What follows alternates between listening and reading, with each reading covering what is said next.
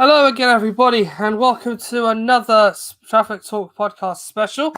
Myself and Alexei are present to talk about the absolute shambles that we just experienced at Selhurst Park between Manchester United and Crystal Palace. The agenda for tonight was for United to go on a revenge mission following defeat to Palace at the start of the season. Ultimately, however, once again, another boring, disappointing 0-0 draw. The third one we've had in a row now since the Sociedad game on Thursday. And we're still none the wiser as to how these scenarios keep happening. So obviously, if you are tuning in, please like and subscribe if you're on YouTube, if you're on Twitter, hit our follow button and also share the video out as well. Alexei obviously isn't a free man. We have to pay him in peanuts nowadays to keep him coming on the show. But it's all we've got, unfortunately. But alas, Alexei, good to have you on. I need someone with me, honestly, to get me through this, because we've once again struggled away from home to win a game against the low block, against an arrogant team in Palace. And we're still having questions to answer more than having solutions happening out on the pitch to really reflect on. So how did you assess this evening? Do you know what? So first 8 minutes, I was sat there thinking, oh, God, here we go. This is really bad start.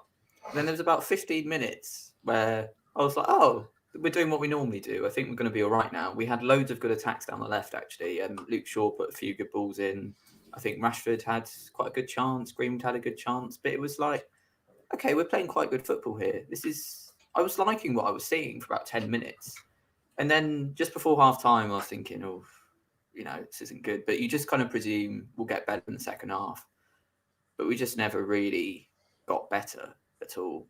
And, yeah, I mean, it's hard to, I think, make sense of how we can be that poor. I think a big factor for me is the fact that if Paul Pogba's not there, having Fred when you'd normally have Pogba is a very different player, because Pogba in that game, I'm not saying we definitely would have won, but I think we would have done better if he was there, because Pogba could go, all right, lads, I'm going to pick up the ball now and I'm going to do a really good world-class pass and change the game, because that's what he does. He's a brilliant footballer. Whereas Fred, I really like Fred. I love him. I think he's a player that has got his uses. But if you're breaking down a low block, Fred isn't the player you go to. And that's not his fault. I'm not saying it makes him a bad player. He's just not what he's there for. And I think something else I noticed was, this is kind of a slightly positive point, actually, surprisingly. Luke Shaw, I think, is possibly becoming the most creative hub in our team now. You notice every attack we go on, every pass we play. I was even watching Bruno at points in the first half, where, let's say it was Matic to Bruno, and Bruno looks up, and the first thing he does is try and find Luke Shaw. And that shows how far Luke Shaw's come on as a player, because he now seems to be the main creative hub with Bruno.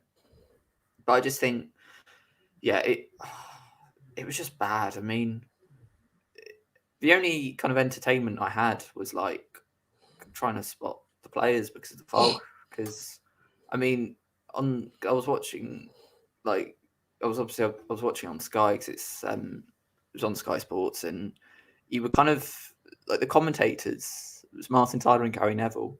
I noticed they started talking less and less as the game went on, because I think they genuinely couldn't spot the players anymore. There was a point, there was about a silence for about 2 minutes, because they were clearly trying to spot the players in all the fog. But yeah, that's the enjoyment I got from that. But yeah, just not good, was it, at all? No, it wasn't at all. And it does beg the question.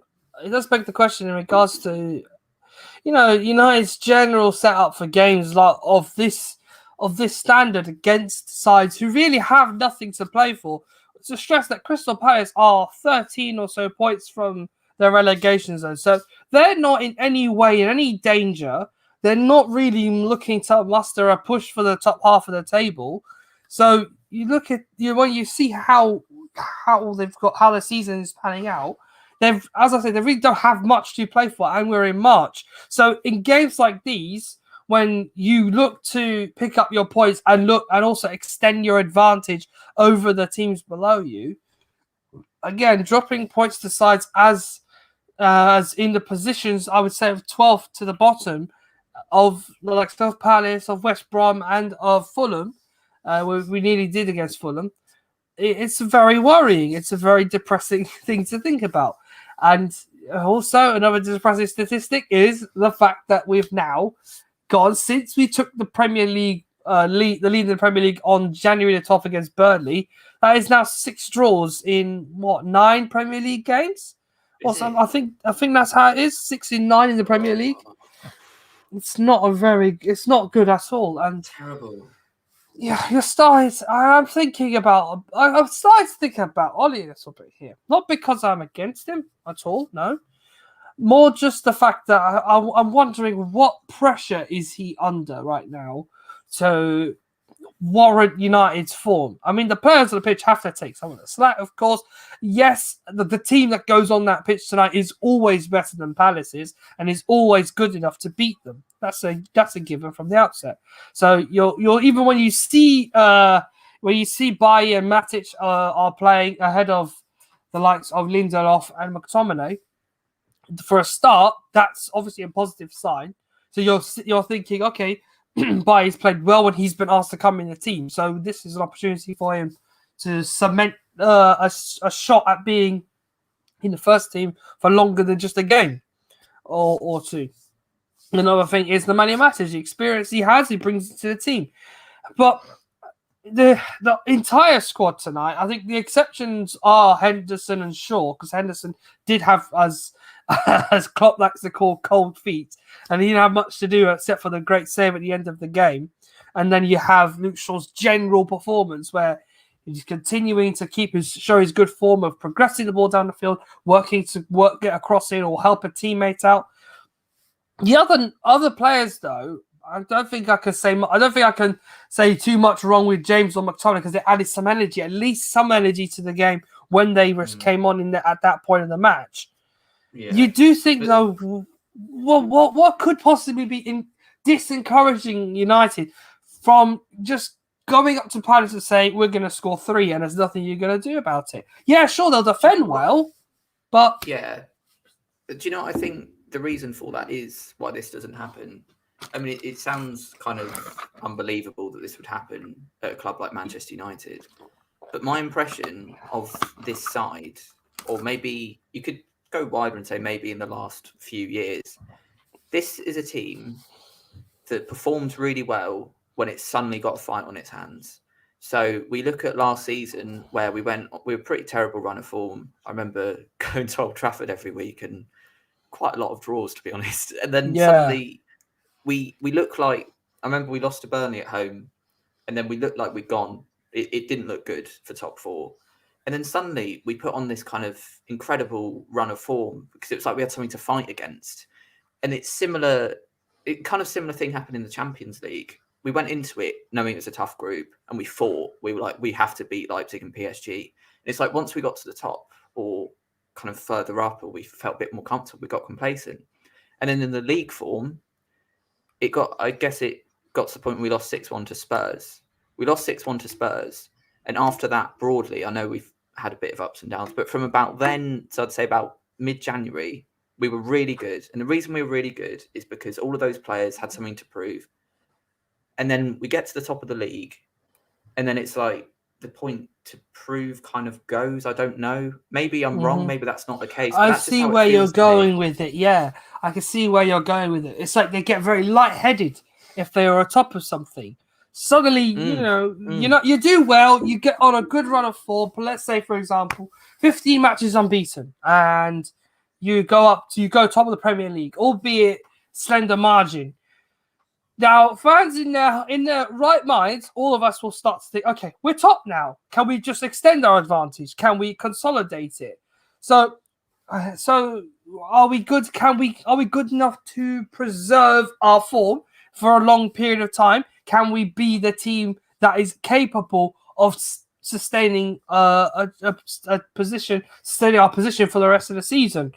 Now, yeah, that's the sort of thing. You're right, Alexei, because in the Champions League, that's what happened. We took the lead in the group, winning our first 3 games. Sorry, the first 2 or 3 games. We lost in Istanbul, and it then sort of reared on its head a little bit, where United struggled. And those defeats, I think the week we lost to Istanbul and Arsenal, those 2 matches was where it started to rear on its head a little bit before we bounced back from it a little bit. Because in Europe, we started to struggle, but in the Premier League, we were still pretty good. And I think the peak of it, as you said, would have been Leeds United, where because it was such an expansive team and there was a lot of space to play with, because they're always going to go up the field rather than stay back and consolidate their position. It's all for them. It's all about giving it their all high up the field and just not letting up. And United enjoyed that sort of game when there's space behind and time for them to play on the ball so they can find the attackers. The attackers in open space.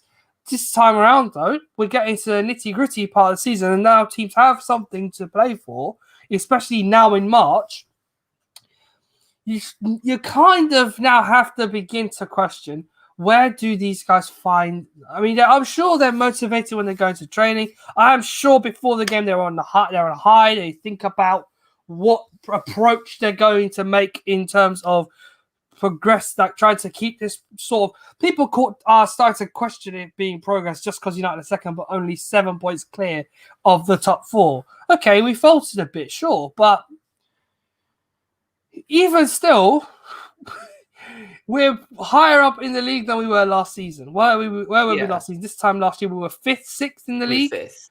Yeah, and I think as well, like you can think 2 things. I think online it kind of gets misconstrued a bit, this whole standards thing. I think you can think that we've made progress this season and also want more and think we shouldn't just be happy with second. We want to challenge for leagues. Because sometimes I've said on Twitter before, for example, well, I think we've made good progress as a team this year, and people seem to think it means that I'm really happy with being second and it's all great. What I mean, and I think what a lot of people mean, is it's like there is clear progress as a side. That doesn't mean we can't make more progress or should make progress. It's like, it just feels like we've got this. Jamie Carragher said a few weeks ago, when we got to the top, it's like we were happy to be there. And at the time, I really disregarded that because I just thought it's such a lazy, I thought it was really lazy punditry. I thought it was just jumping to a kind of storyline that maybe he wanted to create, but he might be right. But what we can say is tonight reminded me a lot of Jose Mourinho's second season, because in Jose Mourinho's second season, when we were second, we put in performances like this. I think against Palace we had to come back and win, but I think we lost to Newcastle. It reminded me a lot of that game, and it's kind of the problem is with that group of players. I think if that group of players had something to push for, they probably would have won those games. But because we were in second that season, it was kind of okay for them to lose, they felt. And then this season, it's the same thing. It's kind of like, well, it's not okay for them to draw games like this. It's not. But ultimately, the reality of it, points-wise, and where we are in the league, it's annoying to drop these points, but it's not a complete disaster. Yes. It's just not. But the performance is, really. And I think they just need some pressure on them again, to be honest, because they've got too complacent, I think. Absolutely. And I mean, again, we as I said, we're going to struggle to find positives out of the game, except for the fact that it was the late save for Henderson and the general performance of Luke Shaw, who's our man of the match tonight. Those are and the clean sheet. Those are 3 things we'll take away from the game as positives. Sure, defensively, we're improving. But, we're a club that, emphasizes on being an excellent team in the attack. And we score goals. We're supposed to be on the front foot consistently. And Ollie urged that from his team at the start. I think he made it clear pre-match to Sky Sports that I want my team to be on the front foot. I want them to keep playing the way they did on Sunday. Yes, it didn't give us the rewards we were seeking against Chelsea, but we'll keep at it with the same idea. Keep pushing at the front foot. Give the defenders no time on the ball and accept that we will not be able to get a lot of the breaks that we're looking for, because some of this is more or less, some of it is not just down to us, it's also the fact that the opponents do have, in some cases, negative styles of play, the anti-football, for example, in terms of just, knowing that we don't have the ability to play with you when it comes to having the ball at our feet, so we will have to cede possession a lot, or when we do have possession, we're just going to stress you out in the areas where you're not capable of holding possession. United did have a lot of problems retaining the ball tonight, and it is something I think us generally as fans, we've been so used to seeing players having the fleet of foot and a decent touch, a delicate ball across. Tonight they were playing obviously in misty conditions, but they shouldn't take into account the overall game. Tonight there was so many lackluster. There's a loose pass, or there's a touch that's gone astray, or there's even the opportunity from McTominay just then when he came on. He could have shot, but he thought, I can't shoot because the angle's not there. Could have just taken the risk, have a go. There was a variety of opportunities that could have, like little ones. I know, like we tend to notice as fans that could have happened. It does disappoint me greatly. Our attack isn't particularly flying on all cylinders at this point. So where do you see it go wrong at this point?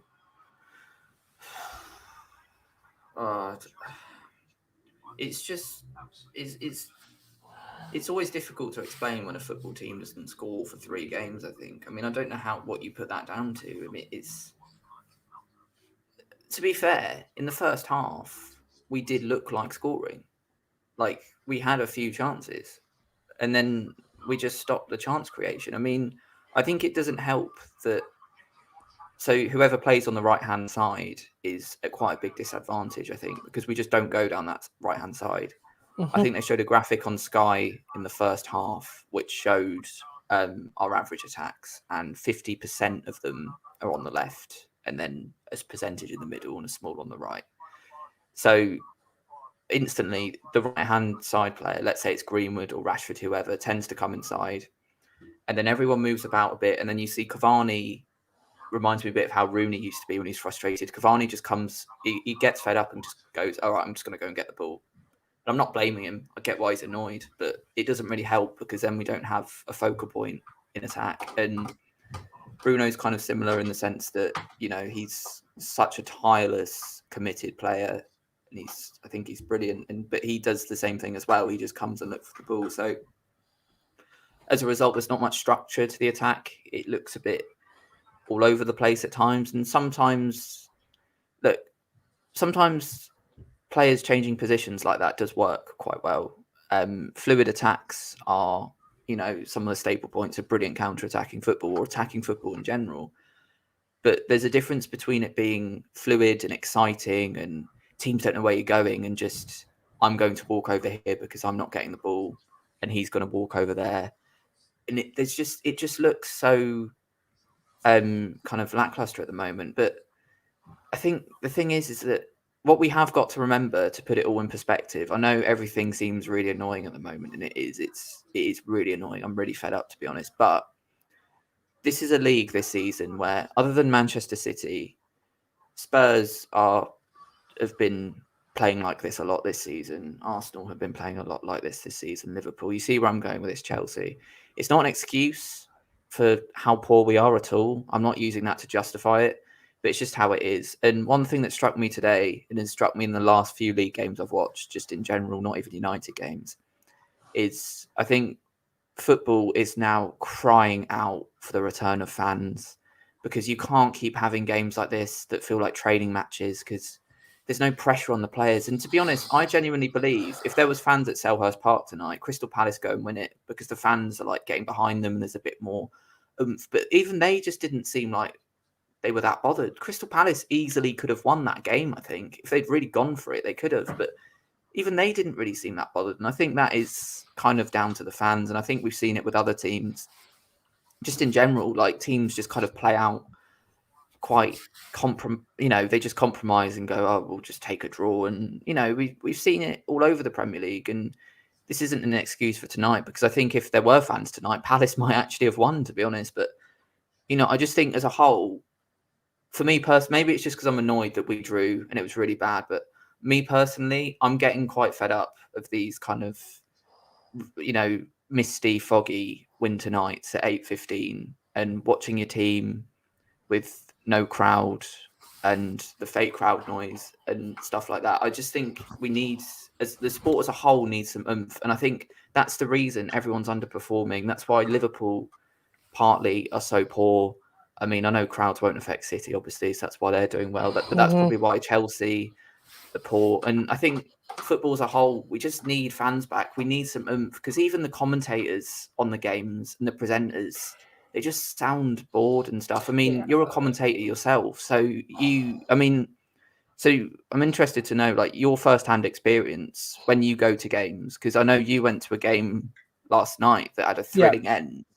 I mean, it must have been amazing to be there and witness because of the two goals at the end. But I guess, was there a big part of you that thought, how great would it be if there was fans in the ground? Oh, absolutely, Alexei. I mean, there are days I've worked matches for Saturday United I do commentary for.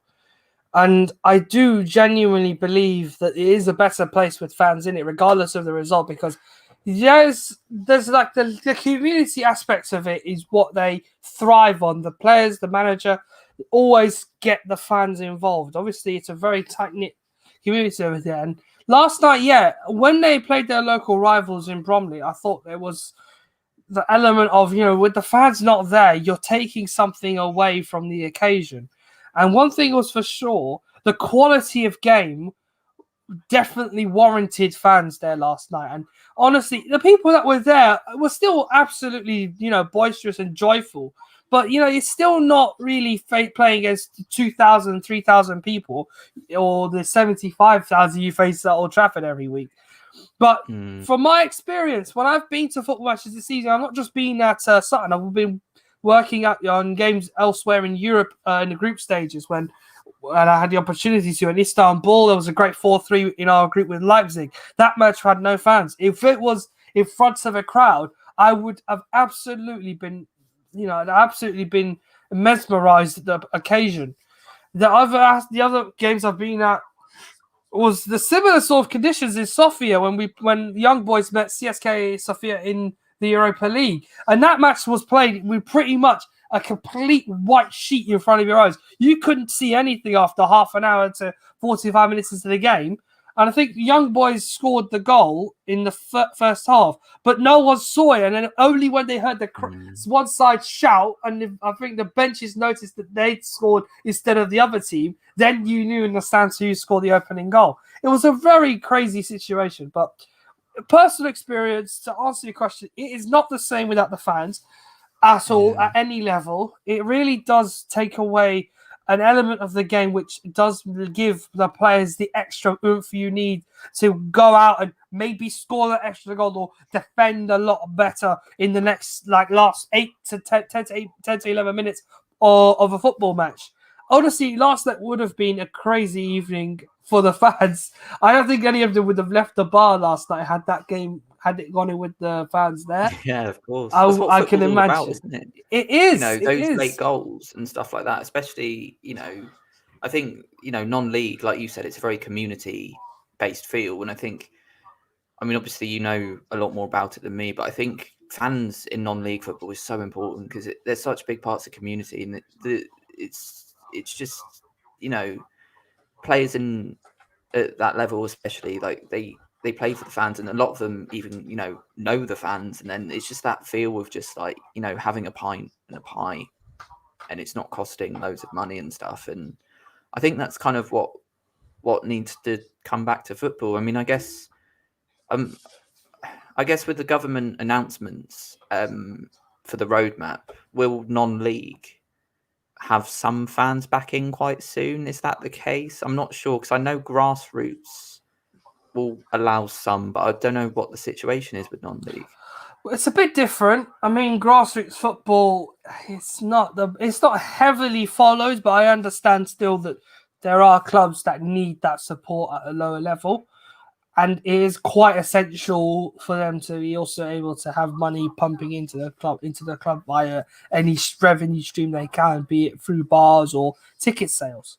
And of course, we are on a tangent for talking about Man United, but you do bring up a big point, Alexei, that obviously at Premier League level, it's not the same about the fans, but even at a lower level, you do feel that without that it's much bigger problem for clubs at that level, not only because of the community feel that we spoke about, but also on the front of, financially. In terms of the roadmap, I think they'll be soon back, and it's more or less the experiment that they're going to try and do to see if it's a pertinent way of having crowds back at larger scale events, i.e. concerts or the Premier League games, because the Euros are coming up and there is the intention for Wembley to host every single match in front of fans in the ground. The FA Cup finals being touted as a potential opportunity to do that as a test event. So, sheepishly hoping we do get through Leicester in the semi-final. We do have an opportunity to be able to watch United play.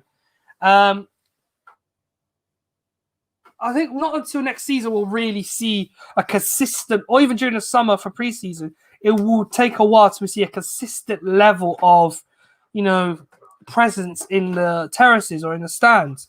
Yeah. But, if I can't give a concrete answer because it's a day-by-day thing with the fans. And I love going to Old Trafford. I love watching United play. I also love watching any kind of football if I'm bored at home. And I use the spare time I have to go and watch any team within reach of me. So if needs must, I will go to random matches, even in the Europa League. Even if United are not in England, I go to watch the Europa League games. Well, it's boring in my house sometimes watching on the TV. It takes away the atmosphere of being at the games. And I can tell you numerous places I've been to on Thursday nights in Europe and in England where the atmosphere is very different. I think last season the Wolves was an example. I went one night over to Wolverhampton to watch one of their Europa League games, and it was a great evening against Slovan Bratislava. It was, and the fans that night were incredible, and that was for me the epitome of not just being as a United fan, keen to know about how important fans are there, but it also brings to you a huge weight of expectation as a player. And on that pitch, the players will give you 10%, maybe 15% more that they can't give you now, because it is more or less, it's described by many as a coach's game. This is technically sessions you do on the training pitch being acted on the pitch now, in a way that is very different to a regular Premier League season. So, we will have to see over time, Alexei, when we get to the meat and the bone of it, when the Euros come round, how this works. If it's successful for all 7 games, I think we will see fans at the Premier League next season. So, I'm just hoping I can get to. I just take going to United game at least, like, even if it's the first game of next season, just that, like you said, that kind of feel of just like going to a match and the atmosphere. Like it's good, obviously, watching on TV. Like I obviously still really enjoy it. But like you said, you can't beat just going to a football match and just the atmosphere and everything. And I think everyone in society as a whole, with everything that's gone on over the last year, it's been a terrible year, obviously. And I think everyone just misses the kind of just having that community spirit where you can just all get together and do something. And football is an outlet for that. And, I think it's so important just, for that 90 minutes, one day a week at Old Trafford, for example, 75,000 people just go and sit in the stadium for 90 minutes for the same reason.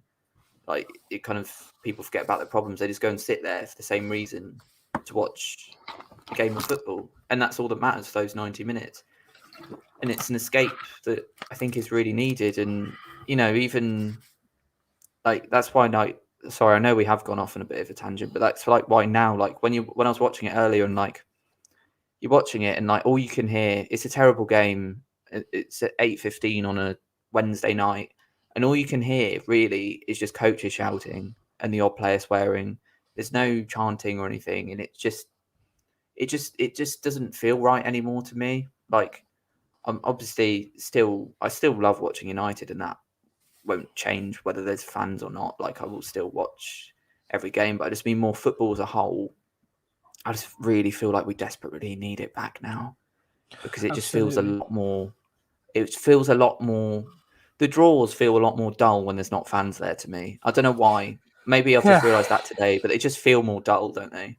You have that reflecting thing when it comes to 0-0s, and there was the Valencia game in the Champions League, which is a perfect example of this. It was I had a bit to Old Trafford for like 3 years, so this was before going to that game, and it was Mourinho was in charge, and it ended 0-0. It was the period, because obviously when you get to Manchester, if you don't drive to Manchester, you're staying there all night long, and it's like you're waiting the eternity to the hours between when the game ends, or just staying around the area in the vicinity of Old Trafford, and then eventually just going back to the station. It's like you could just sleep there for 9 hours, or go to Crewe and wait for a few hours because there's a charging point there. But I've been doing that a lot off the United games, because obviously the dedication and all that, and it's like the reflection period. You then go back in your head now and think, 2 hours ago I watched this game. When I assessed it in my head, I saw what happened with my own eyes, and not from a TV screen from 26 different angles. I saw it in one angle, one time, and I'll only be able to see it that then. The next time I'll see it will be behind a screen when I see 30 different angles. So you kind of weigh it up. When you see it live, you'll see the flaws or the mistakes, or even the key moments in the game that gave United or the opposition the better outcome in the end. And I personally think that without the fans, it has a big impact on the pitch and in the stands as well, because you do play in front of an empty theatre. People who have, I know for sure people who've been in the theatre industry who've ended up playing in front of empty theatres, and they tell me of times where you get a very eerie feeling where they'll make mistakes and not be scrutinized by them in rehearsals and all that. But even that feels equally as eerie as if they were to go live and start the actual show. They'll remember the lines because of the added pressure the people watching from the crowds gives you. So it becomes a consistent way. Say, for example, it becomes consistent in your performances. So on the pitch, where I apply this example to United on the pitch, United, without the fact they have fans in front of them, can flourish when they play poorly, because sometimes they have ways of masking matches, such as tonight, in a way so that it's like, so they can sort of look back at it and then think about the next one. Tonight is the best example of this. I have never seen a more perfect example of how you mask a game. You play poorly, you tell the fans into the camera, or it doesn't matter who it is, manager or player, you tell the fans into the camera, okay, we were shy, we weren't good enough tonight, we just have to, lick our wounds, try and work out where we went wrong tonight, what allowed us to not be as effective in our attack and do better next time, while retaining the same good defensive performance we had tonight. If the manager will come and say, we defended well, yeah, sure, and all that, but again, I'm annoyed we didn't get a decent run of attacking going towards the end. I made subs, but it didn't make a difference. So when obviously I missed the fans. It would have helped greatly in my mind, because I have not seen Ollie's interviews. That's what I'm thinking. Ollie and Nemanja will have said tonight, because I understand Nemanja Matic was picked based on Twitter. That's the reactions people give. Yeah, it was him and Ollie that did the interviews tonight. Yeah. So ultimately, you're kind of worried now for not only the fact that the fans obviously are not on the ground, but even without them, that because it's a tactical game more than it is a game where you try your best to entertain a crowd, You're still trying to do that, but you have absolutely no idea until you finish playing what their reaction is going to be. And Do you know there what it's is, like? yeah. You know, like when you were at school, like when Mm-hmm. you were a kid in like primary school, and you had like a school play or something, and at home with your parents, you practice your lines, and it's really easy because you read out the lines, and it's only them there, and you get them, and then it's for like an assembly or a play or whatever. You get into school, and then you sit there on the stage, and you see all the people watching you, and suddenly you go, "Oh, okay, this is what I'm doing this for. This is what really matters now." And your mindset changes even in that microcosm of an analogy. The way you say your lines will change, or you'll get more nervous, or some people get nerves, some people get adrenaline, is affected by the fact that those 20, 30 people watching you in that play or assembly are watching you, and that you're not just sitting at home with a parent or whatever doing it. And I know that's a weird analogy to make, but that's the way I see it. It's kind of like you're Liverpool are an example of this. They at Anfield have been really appalling this week, and this year even. Sorry, Yeah. And they're obviously a team that has suffered without fans, and it's like, well, they lost 4-1 to Manchester City, but I don't think the way they were about it wouldn't have been the same with fans, because if there was fans there, they would look absolutely devastated and gutted, because it's like the school play thing. There's people watching Yeah. you. Because they lost 4-1 without it. Yeah, you could see on their faces it was a bit of a disaster. I get it. But there wasn't that immediate scrutiny around them. There wasn't the immediate scrutiny physically in front of them. It's now digital scrutiny. It's all now on Twitter. It's all now on social media platforms, or on BT Sport or Sky Sports or Match of the Day. That's where the scrutiny is now. There's no physical scrutiny anymore from fans. Nothing like that anymore. There's no immediate consequence, I guess, or praise for if you play well. Because the ultimate truth of football now is the highs, the big wins aren't as kind of what's the word, revered straight afterwards, because there's no fans. Because what do? You go on the pitch. Like, I remember when we beat PSG 2 years ago. Ollie was going around clapping the fans. The away end was bouncing. Players running around the pitch. It's brilliant. And this, when we beat them a few months ago, it was a massive win. But it's like, oh, you go around and clap the fans. Oh no, sorry, you just clap. In fact, what are you clapping at? And then you walk off. And I think maybe players now miss that consequence, and maybe some of them miss the adrenaline of thinking, oh, if we don't win tonight, fans are going to be on my back, or if we do win tonight, oh, fans are going to love me. And it kind of brings me back round to the point of how we're playing at the moment. And I don't think it is just because of fans. I think there is structural problems, but the lack of consequence in any sense for all teams at the moment is undoubtedly having an impact for me.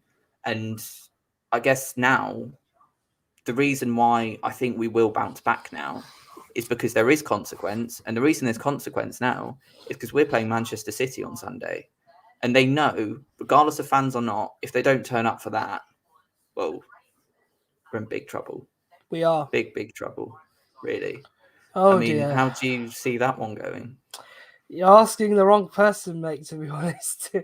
I'm the worst person when it comes to talking about Manchester City and Man United derby matches, because I'm a wreck. Honestly, I am a wreck. I'm going to end up being on the preview on Saturday to have to stress my nerves as well. But in the general scheme of it, if I assessed how we've played in the last 90 times 3 is 200, 360. So in the last 270 minutes of football that United have played, and we failed to score a goal.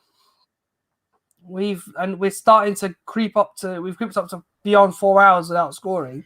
Didn't create a single big chance tonight because we struggled to break through a very compact but a rugged Crystal Palace team. Then on Sunday we had Chelsea the other Sunday, where we could have opened the gap to them up to 10 points.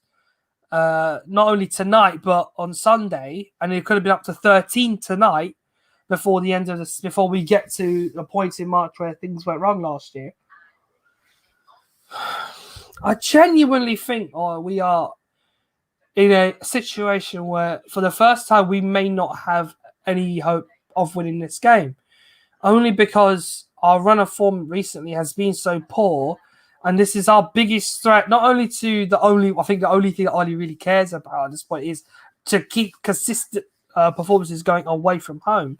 But we are very unlikely to beat Manchester City on any front this season, whether it be on the pitch or off it, because of how well they're playing. I hate saying that. I do. It's a deep feeling inside me that tells me I shouldn't say that. But right now, they've gone on 21 matches, 21 wins in a row in all competitions. They are 14 points clear of Manchester United at this point in the season. And they will be more than happy to demonstrate on Sunday why they deserve to not only be top but win the league because of how good they've played in these last weeks that they've played football out of this world. Give or take, maybe last night against Wolves, they had a patchy period for 15 to 18 minutes where they didn't really break through the Wolves backline, and eventually they got through with a bit of luck. But all it narrowed down to was just stressing the opposition out and making sure every time they had the extra man in the final third, trying to stifle their opposition, force them to open up gaps in the wings, and so that the extra men through the sides could sneak in on the underlap and play balls into the box, or anyone like Jesus or Gundogan or Co inside the penalty area. And, City fans will turn to the point that this season as well, we haven't played with a recognised striker because both of them have been injured. But they've been successful. Pep's been successful at adapting the team to be able to still score goals when they don't have a recognised striker. The Gundogans of this world, the Fodens of this world, Mahrez and Sterling that terrifies me, Yeah, they still contribute. Without recognised striker is absolutely terrifying. And the reason I say this is not just because of their form just gone, but I remember a match it was at Old Trafford last season, I think, and they played without a recognised striker in the first half, or the whole game. But I mean, in the first half, I think they were 3-0 up, and we just there was a League Cup semi-final, yeah, we got absolutely ruined because no one could. It's very hard as a centre back to mark a false nine or whatever you want to call that position that Pep deploys now, because you don't know where they're going to be. I mean, how do you track Gundogan? You don't know where he's going to be, or Foden, and that does worry me a bit because Sunday won't be like Chelsea where they have focal point of team, they put crosses in or create chances, we head it out. We know what we're defending against. With City, you have no idea what you're defending against. It's so hard to know. However, if we can base tonight on, I would say tonight is not the least surprising thing for me in terms of how we play. We've seen it a lot of times before in this team. But if we've learned anything from this team, and if this team is showing the characteristics it's shown over the last few years, I think we'll put a really good performance in on Sunday, because we always do. When it gets to this point, always where things seem pretty bad, and it's kind of a bit like, oh gosh, a few bad results, we always turn up. Last season, we won at the Etihad, when we'd been pretty terrible for quite a long time. We put in like one of the best performances I've seen in years. And even under Jose Mourinho, I remember being 2 down when they were about to win the league, and it just felt like we were done. Like we got annihilated, and then we win 3-2. And while tonight, I don't think that element of pride and passion did kick in. If we go goal down against City, I think it does. And, I think it's just a natural thing that it will elevate the performance. But we've got to go away over the next few days. And Ollie has to. As people know, I'm probably, I'm a massive supporter of Ole Gunnar Solskjaer, basically. And however, I do think that for me, he has to sit those players down in the next few days, and he has to say, don't you dare start sloppily against City on Sunday, because if you do, we'll be 3 down after 10 minutes. They won't allow you the leeway that Crystal Palace do, or, I mean, I know we conceded to West Brom, but even West Brom only scored one, I guess. Or, Newcastle played quite well at the start, but didn't score at the start. He has to sit them down. And it's not just Ollie, it's the players, it's the coaching staff. He has to sit them down and say, if we are going to win this game or draw this game, you cannot play like you do after 10 minutes. Like you said earlier, Ahmed, about the sloppy passes. I mean, I think it was Eric Bailly, Matic out from the back 10 minutes into this game. I mean, there was a point like Eric Bailly just kind of ran for a bit and then just lost the ball on the halfway line, and then Palace were in. And I like Eric Bailly, and the thing is, with this team that's so confusing, you can't really blame an individual because it's all of them sometimes. That's what makes no sense to me. It's all of them that are doing this. But the only good thing about it being all of them tonight or in general is hopefully if all of them suddenly do this, it means it can suddenly be a reverse for all of them. And I just really hope that over the next few days, I'm sure he will, because Ole Gunnar Solskjaer knows a lot more about football than I do. So he's probably already got his schedule sorted for the week. He knows what he's doing tomorrow morning. And I hope he sits them down and says, look, we have been complacent at the start of games for a few months. If you want to win against your biggest rivals and prove everyone wrong again, I guess, you have to be focused from minute 0 to minute 90. You cannot make silly mistakes. You cannot give the ball away. You need to be clinical in front of goal. You need to make the runs in behind. You need to have your touch as well. You can't, if let's say, I don't know, Bruno is stood there and he tries to thread through a pass and no one's running in behind. I noticed that a bit. We can't do that against City because they will actually be ironic. The ironic thing is we'll be able to counter-attack them, which we're really good at. We have to be clinical in this game. It can't be another Arsenal. It can't be another Liverpool. It can't be another Chelsea even where we don't finish our chances. Because the truth of it is now, before, the reality is you could say it's not the end of the world losing to City. As long as you win against Palace, against West Brom, you can afford to maybe drop points in this one. But us dropping points tonight against Crystal Palace now means that, and against West Brom and Sheffield United, now means we look at games like City and go, oh dear, we now have to get something in this because in the smaller games, we messed up. Our running doesn't look pretty because Premier League, I think this is our penultimate Premier League game before the international break. So we're running out of chances now to solidify our position before the break.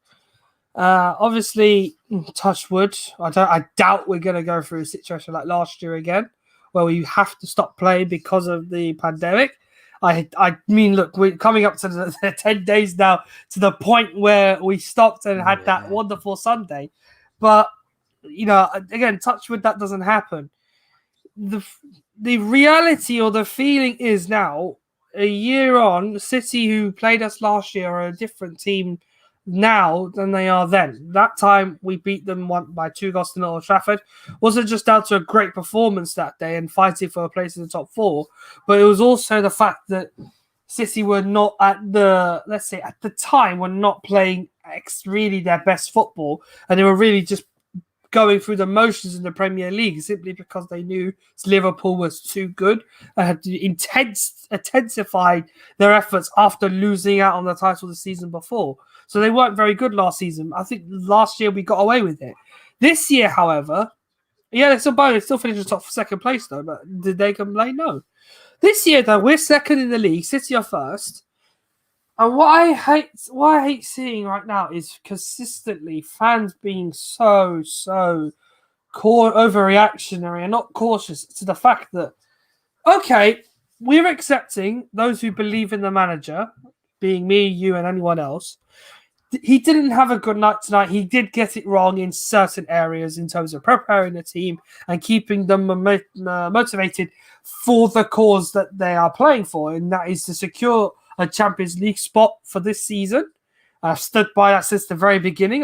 Even since we went top of the Premier League, fundamentally we keep the Champions League football, and then we'd see what would happen from there. Ultimately, this is what happens. You start to dwindle when you're at the top, and we said it earlier. United get lightheaded when they get to the top of the league or the top of a group, unless it's the Europa League, which is not a problem for them. They don't have it all their own way. This year, we're second in the league. We're in the last 16 of the Europa League again, although this time we got knocked out of the Champions League, so it's a different situation there. But we're still almost in a deja vu to 2020. In before the year stops, we have a big Europa League tie. We have a FA Cup quarter final. We're in a good position in the league, albeit this time better. The job really now is just to not drop as many points. The bad thing, as you've said, is because we're consistently struggling in smaller games against sides who do not like playing with on the front foot all the time. Your Arsenals, your Palaces, your Leeds. Not Leeds per se. Your Arsenals, your Palaces. The Burnley game away was an example.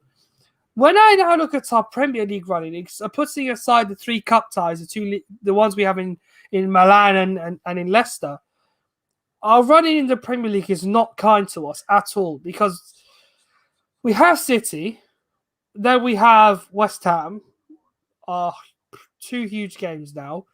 We can't risk error because West Ham don't play this week. We don't know how their form is going to be from now until the end of the transfer of this particular window of the season, but they're still in the top 4 and they are looking quite comfortable. I'm sure their interests still are more over their shoulders than the Liverpool-Chelsea game tomorrow rather than us and Leicester.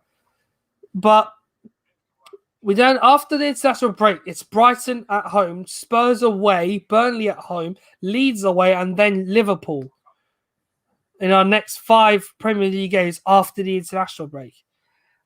So this is the problem, isn't it? Because we could be sat really comfortably in second right now if we not.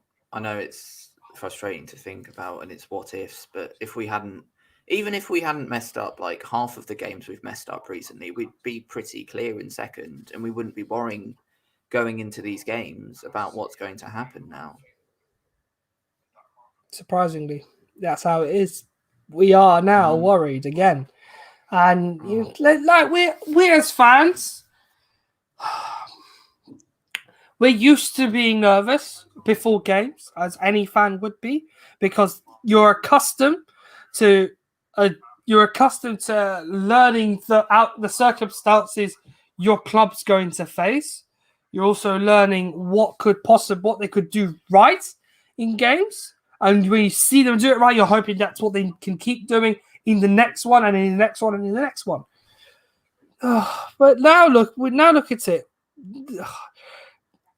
I feel though, I think this is where I think despite being unbeaten now since we lost to Sheffield United 4-5 in all competitions, 10 games unbeaten in all competitions, and that's another 6 in the Premier League. Even still, that's not good enough. It's still it's way too many draws. The Everton one shouldn't have been a draw in the first place, but many of us will look back at it and think two or three things went wrong there. West Brom was just a calamitous display in terms of the first minutes of the game, and into when we did equalise, we didn't look like we'd go on to really win it. Win against Sociedad and Newcastle, okay, good.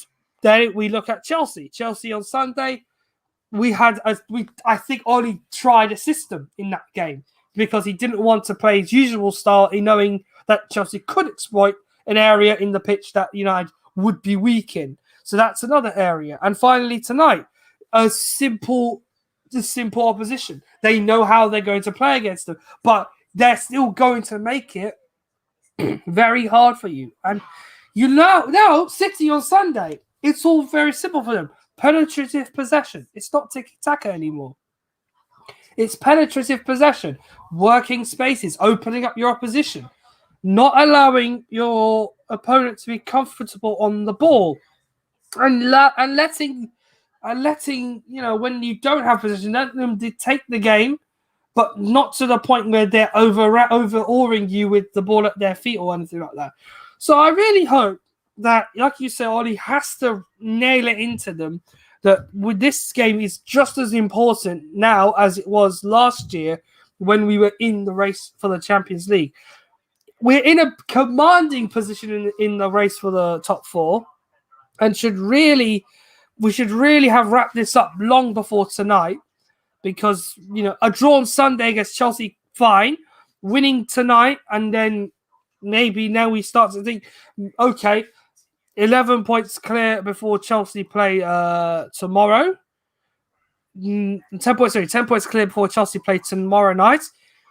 We could see something good tomorrow. We could see potential. We could see a chance at going to City, get something from the game, win the game. Great, it would be ideal, and bragging rights and all that for the year to come.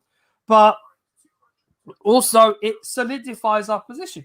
Now we have to go out and win our next two in the Premier League before we go off on the two cup ties we have, and question: can we keep our position in second? I can't trust us to if Leicester still, even though they're dropping points now, still can overhaul us, but also would have injuries now. But also, can we trust ourselves to go on a run again and sort it out towards the end of the season? I don't know. But it will all hinge on Sunday. It will all hinge on Sunday, in my opinion. We just have to win on Sunday. If we cannot win this game, then we're going to have to accept that this particular 0-0, if it so comes, or a score draw, it'd be 1-1 or 2-2, whatever it takes. I just have to avoid defeat on Sunday by all costs. Leicester's next game is against Brighton, and they will be licking their lips at playing that game, because even though they have injuries, Brighton are a bit more weaker defensively against sides like Leicester. They're not great at scoring goals either, are they? No, then they've struggled to score, as demonstrated by the two games previously they played. They haven't had the best of times recently. If I look at their games coming up, they've got Leicester, but they've lost 3 of the last 5 since beating Liverpool, and it's not been good for them. Do you know what's really weird? It's like every team in the league, bar City maybe. I'm probably wrong. There is probably an anomaly here, but maybe West Ham with that anomaly, I'm not sure. But everyone seems to be in just such dodgy form at the moment. Like, no one's really that consistent. Like, we saw Southampton go on an amazing run and they dropped off. We saw Tottenham drop off. We saw Chelsea drop off. We saw Liverpool drop off. And, even Brighton obviously win at Anfield and they drop off.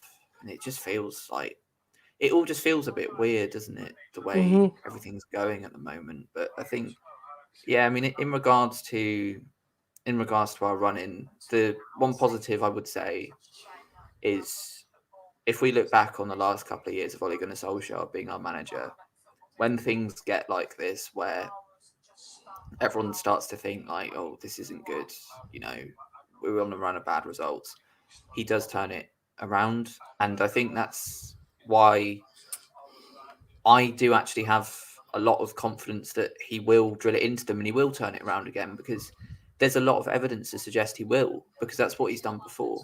And you can only really judge what manager's going to do on their past actions. And for me, I have confidence that if he can turn it around when we were after that 2-0 loss to Burnley, and if he can turn it around after that 6-1 loss to Spurs, he'll be able to turn around what, as bad as it seems, like it's broadly withdrawing a lot. I think it's really bad, but I think he can and probably will turn that around, but it just needs to happen quite soon. And I wonder maybe it'll be after the international break, because I think the Arsenal loss was before an international break, and then we went away for a bit. They all cleared their heads, and we came back and put in really impressive performance against Everton, and we kind of kicked on in the league a bit. And maybe they do just need a bit of a rest mentally, even, because the games are coming so thick and fast, and everyone's struggling a bit at the moment. But I do think if we're judging off, the funny thing is, like, judging off the past history of this team, it's like tonight isn't surprising. But then the positive aspect of it is that it won't be surprising if we go on a run. And as crazy as it seems, in spite of everything that's gone on tonight in the last few games, I wouldn't be surprised, like that surprised, if we beat City on Sunday. I wouldn't. And I wouldn't be surprised if we went and won like the next 3 games. I just wouldn't.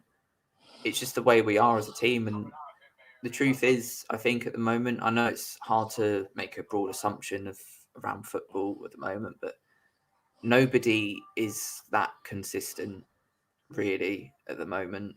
I think if you look at teams across the Premier League, I was saying this. Me and Cam did the preview yesterday, and before we played Sheffield United, in fact, before we've played a lot of teams recently, I've looked up before and I've seen what their form is, and it seems like every team's form is something like 2 wins in 10 games, 3 wins in 10 games, and every time I sit there and say we should really be beating this team.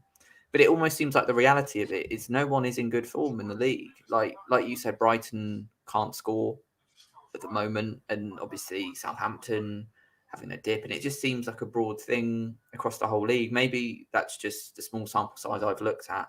Maybe there are smaller teams doing well, but it just seems to me that nobody is doing that well. And the reason everything felt so good before was because everyone else was doing quite badly and we were quite good and we were like rising above it.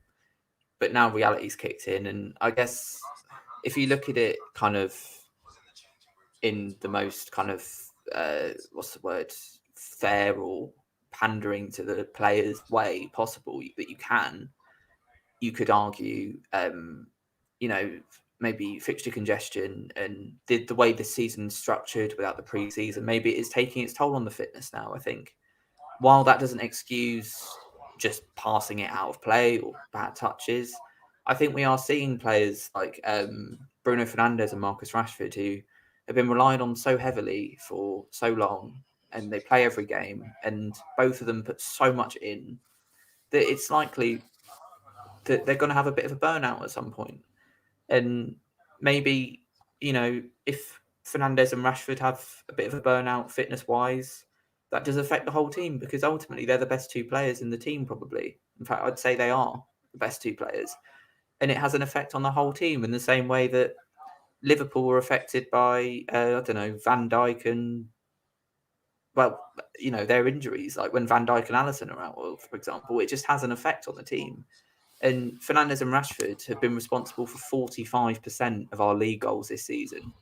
So if they are a bit tired, that is going to affect us. Wan-Bissaka, who I think has dealt with this brilliantly, to be honest. I think he's done really well with it, and I'm surprised he's not looked more jaded. But he's played every minute at right back for so long now because there's no one else there. And it's kind of a broad thing because across the squad we have certain positions where we have, like, for example, we've got loads of goalkeepers, like loads, but we've got one right back. Like this, we seem like some positions we can rotate loads, and some positions it's like, well, we've just got one of you, and I think that's taken its toll as well. And that's why City have pulled away partly. Not just, I think they are playing really good football. I think they've got a good manager, but the reality is, I hate to make this point because I know it sounds bitter, and maybe it is bitter, but they're a team that has a lot of money and very big squad. And we're in a pandemic season where, there's more fixtures or fixtures are more congested. So the team that has the bigger squad, when it comes down to it, will probably do better because that's just how football works. And that, I think, is partly why they have flown away, while United and Liverpool, who, if this was a normal season, maybe they'd be higher up the league. We just don't know. But United and Liverpool, who don't have 5 world-class wingers, we just don't, neither team do. That's why we've struggled more, and that's why Tottenham fell off, and that's why Manchester City sit on top of the league because they can take off Mahrez for Sterling or Aguero, so many different players. And I think that's why we've got to be a bit realistic about how we view all of this. It's important to view it in perspective. I think you can tell I've calmed down a bit now, by the way, because I'm being a bit more kind of I'm being a bit more kind of level-headed about it. I think we need to accept that it's a crazy season. It's affected everyone. That's why everyone's in bad form. The fitness is bad. I think players need resting. I think our mindset needs sorting. But regardless of that, we do need to improve massively, just in terms of every sense of our play needs to improve. And you know what? I really hope it does, and I think it will.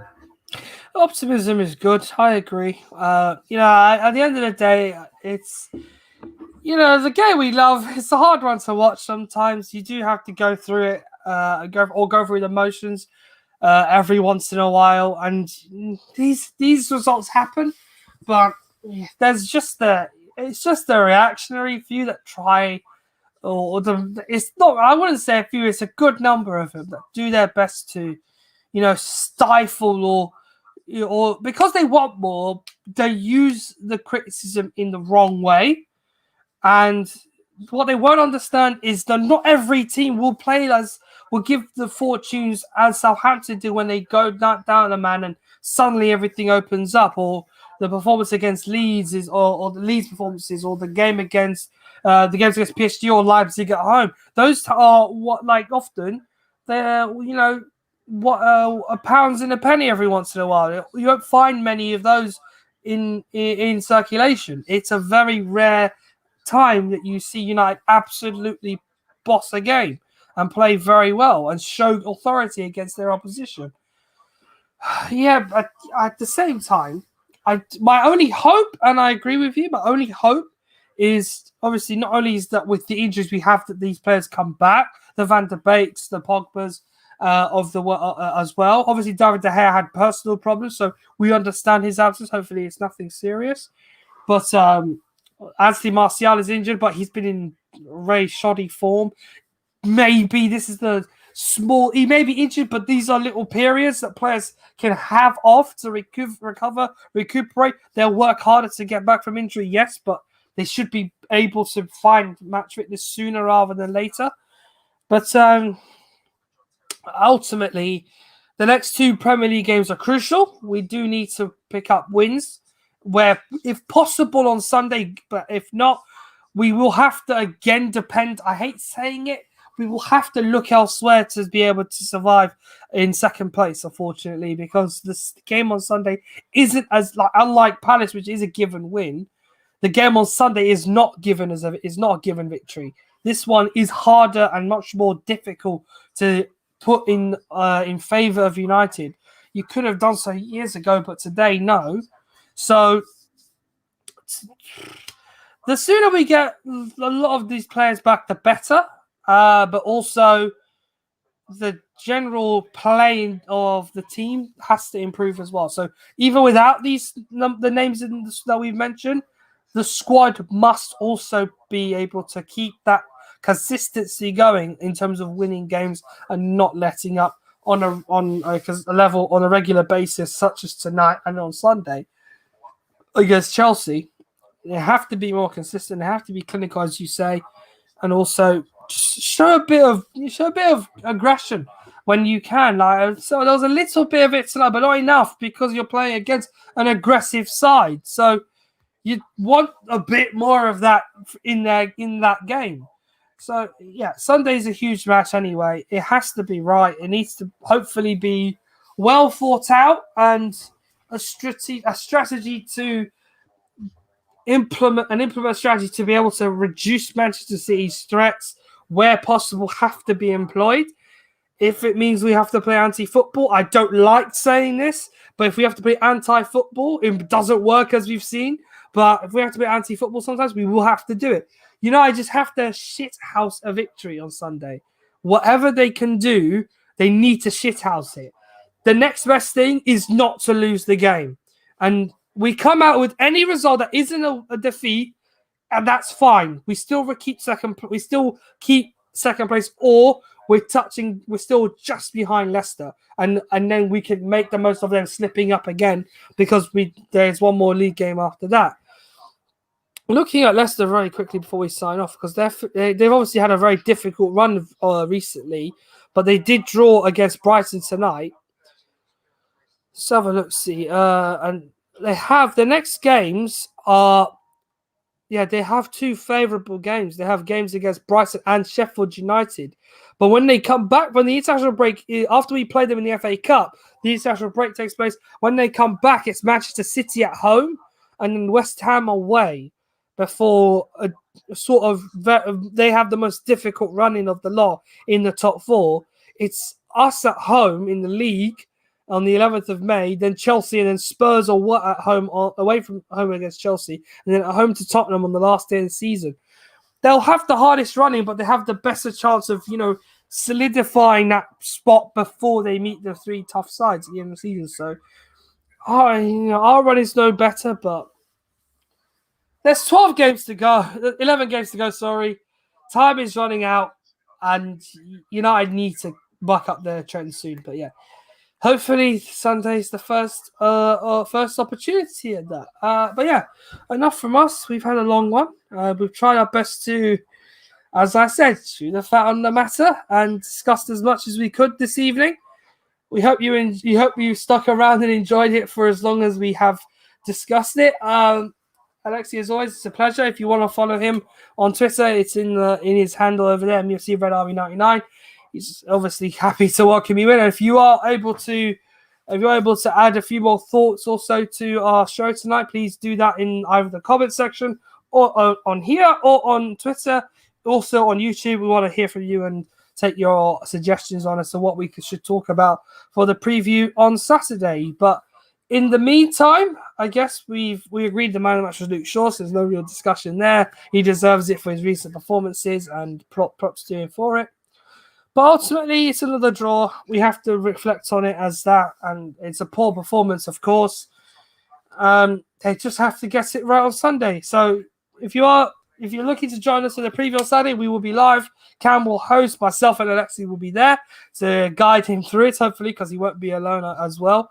But also, the match itself is going to be the first ever live watch-along of the Manchester Derby. I will host it, and it's an experiment. We're going to see how it's received on the old socials. So see how it goes. If you like it, I'll tell you how you can want it more in the future. Also, please help us get to 200 subscribers. If you do it, you can get to a giveaway on YouTube. So keep an eye out on when we hit 200. You'll find out when we will do something special for all of you.